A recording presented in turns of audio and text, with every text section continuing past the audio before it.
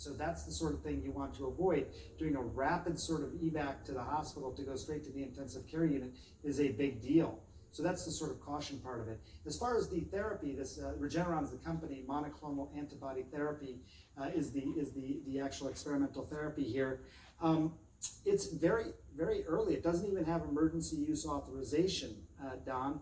It is something that has shown a lot of promise, and I think there's a lot of excitement around it. But basically, you're giving these proteins, these antibodies, to help fight the infection.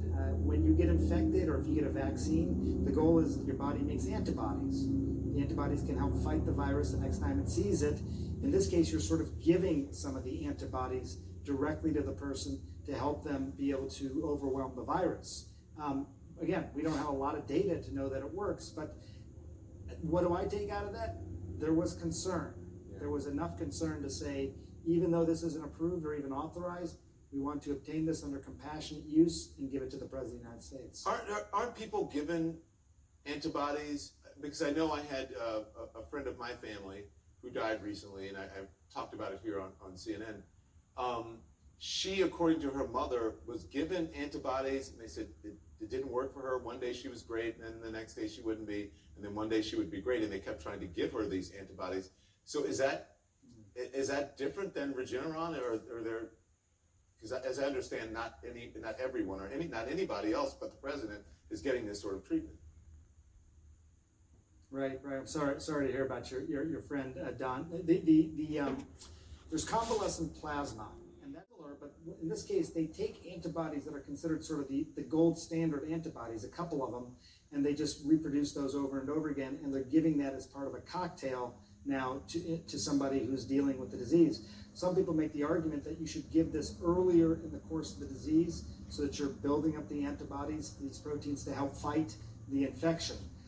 But again, it's really early. I mean, the president didn't get it as part of the clinical trial. The trial, so far, the data around the trial is 275 people from Regeneron. So, we want to see more data on that ultimately, and hopefully it's very promising. So hopefully it works. But the president got it under this compassionate use thing, which typically is for patients who are in the hospital, no other options, may not survive. That's typically when you think of compassionate use. But that was the same sort of model that allowed him to get the medication today. I want to get our other folks in, Doctor, but I just have to ask you, are you hearing, I know you have sources at the White House and at the task force, are you hearing anything from the White House and the task force that we need to know about? No, surprisingly, no. In the task force, the quote that they gave me was that we are in the dark on this, which I just thought was really surprising. I mean, you have the president, he's dealing with COVID, a novel disease. You happen to have some of the world's best experts on this novel disease that are part of your own task force. I mean, I think maybe you'd ask their opinions on this just to get, more minds working, given the president has this, but they're in the dark. They're watching television and reading the newspapers to find out what's going on. So here's the thing, Caitlin. So, I'm old enough to remember when Ronald Reagan was shot. I remember I was driving home from school. I was a freshman in high school, and I was in my little VW Beetle, and I'm telling people out of the window, "Oh, the president's been shot." Nobody believed me. But what I remember, since I was always interested in the news business, is that there was always a briefing. Today at this time, the president was shot. He was hit here. This is what they're doing at the hospital. These are the concerns for the president, and on and on. When other presidents have had treatment, when George H.W. Bush, when he was on an overseas trip and he choked on something, they gave updates on the president. So there has been none of that. No official, this is what Hope Hicks, a top aide to the president, tested positive for the coronavirus today. An abundance of precaution. This is what we're doing. The president is going to go into quarantine. She's going to isolate. Nothing. What is going on here? What is happening? It's deeply concerning, Don, that the president was taken to the hospital today. He is on experimental drugs, as Sanjay just laid out, and we did not get a briefing from his doctor. The only thing we got were 2 memos from Dr. Sean Conley detailing the president's diagnosis with coronavirus and then detailing that cocktail, the antibody cocktail that he took today. Other than that, there has not been a chance to pose questions to him, to ask about the president's current state, these things that we have been hearing not from official White House channels, but through back channels, through sources, which is that the president has a fever. These other conditions about what kind of state his health is in right now, we're not learning that from the White House officially, we're learning it through sources. And so that's why it's raised so many concerns that the president's doctor has not come out and briefed reporters yet. And he is at the hospital, of course. Now we do know that Dr. Conley, his physician, did travel with the president to Walter Reed, but the White House has been not forthcoming at best to say what they've been saying about the president. And instead we've heard from the chief of staff, the press secretary, and the president's economic advisor on his health. And of course, they all said that the president was experiencing mild symptoms, had a moderate case, and was in good spirits. Clearly, Don, that's not the case because he's in the hospital. He's going to be there for the next several days. They had enough of a level of concern to feel like he needed to go to the hospital. So it does seem to be the situation where they should be more forthcoming with all of the details behind the judgment between them sending the president to the hospital, but they have not done that yet. Jeremy, I want to bring you in now. Until we saw President Trump get on Marine One on the South Lawn, we hadn't seen the president in nearly 24 hours. He had not been tweeting, which is unusual.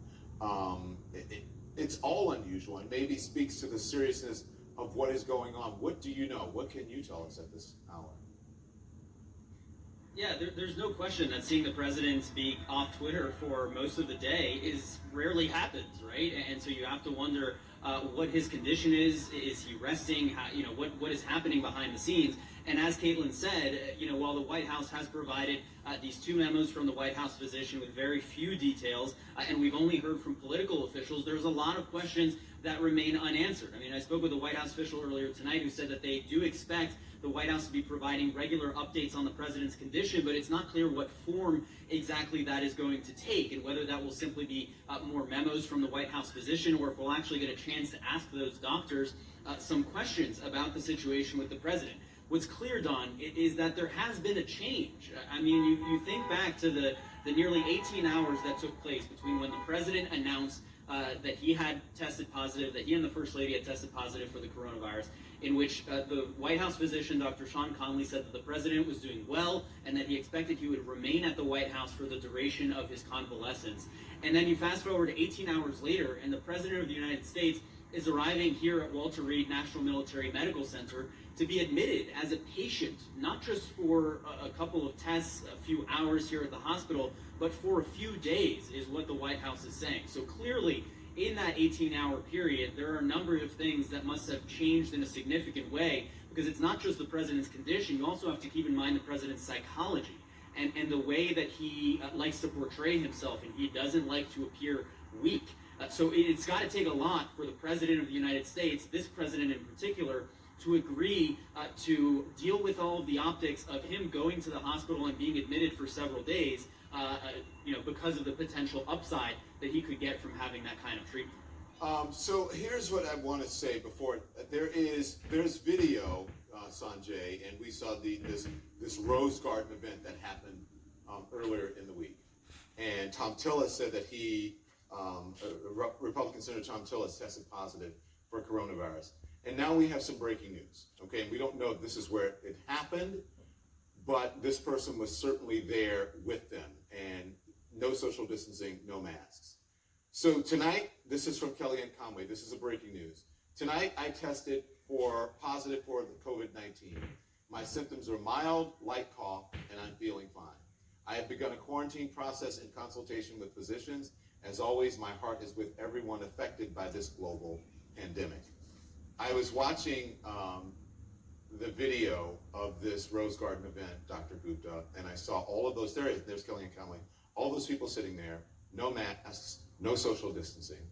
And now we have several people, members of our government, if not elected officials, advisors to the president, all sitting there, including the Attorney General of the United States, the Chief of Staff, Tom Tillis, who's now tested positive. He is wearing a mask, by the way, though. And Kellyanne Conway, now the breaking news, has tested positive for COVID-19. What is going on, Sanjay? Well, I mean, first of all, I feel for her, and all the people who are newly diagnosed. I mean, it's jarring for people, because it suddenly makes it very real, and statistically, chances are people are going to recover and be okay. But it is very jarring. But I think, Don, to your point, I think we're starting to be able to describe this as a potential super spreader event that occurred. I mean, it was outside, which is beneficial, but as you mentioned, people unmasked. Within 6 feet, closely clustered for long periods of time. So there were a lot of people who had close contact with each other there. We don't know if there was a person that was a particular super spreader, or there were several people there, but it's sounding more and more like that's where many of these people maybe had that first exposure. Now, we know with the president, the contact tracing is always the key then, right? Can you trace people, hopefully find their contacts and quarantine them? It can be really hard because people, if they didn't get tested, they don't know. They could have been spreading for a long time. With the president, if he develops symptoms on Thursday, it's usually the few days before you develop symptoms where you're the most contagious. During that time, the president traveled to 5 states. He was in Washington. He came in contact with lots and lots of people. It becomes really challenging. But that event that you're looking at is increasingly sounding like a super spreader event. We haven't said that very often, Don, because it's just so hard to do contact tracing in this country. When you have 40,000 new infections a day, it's a laborious task to do contact tracing. But this one's becoming clearer. Caitlin, I want to bring you back in because I forget exactly how you characterized it last night, but you said, man, considering the tight quarters at the White House, how many of these people had been in debate prep with the president in close quarters. They had been to these events at the White House. There were so many people who had been around the president, been around Hope Hicks and so on, and Kellyanne Conway. I think that you thought that this is where this might be heading, considering that not many people wear masks. It seems to be frowned upon in this administration.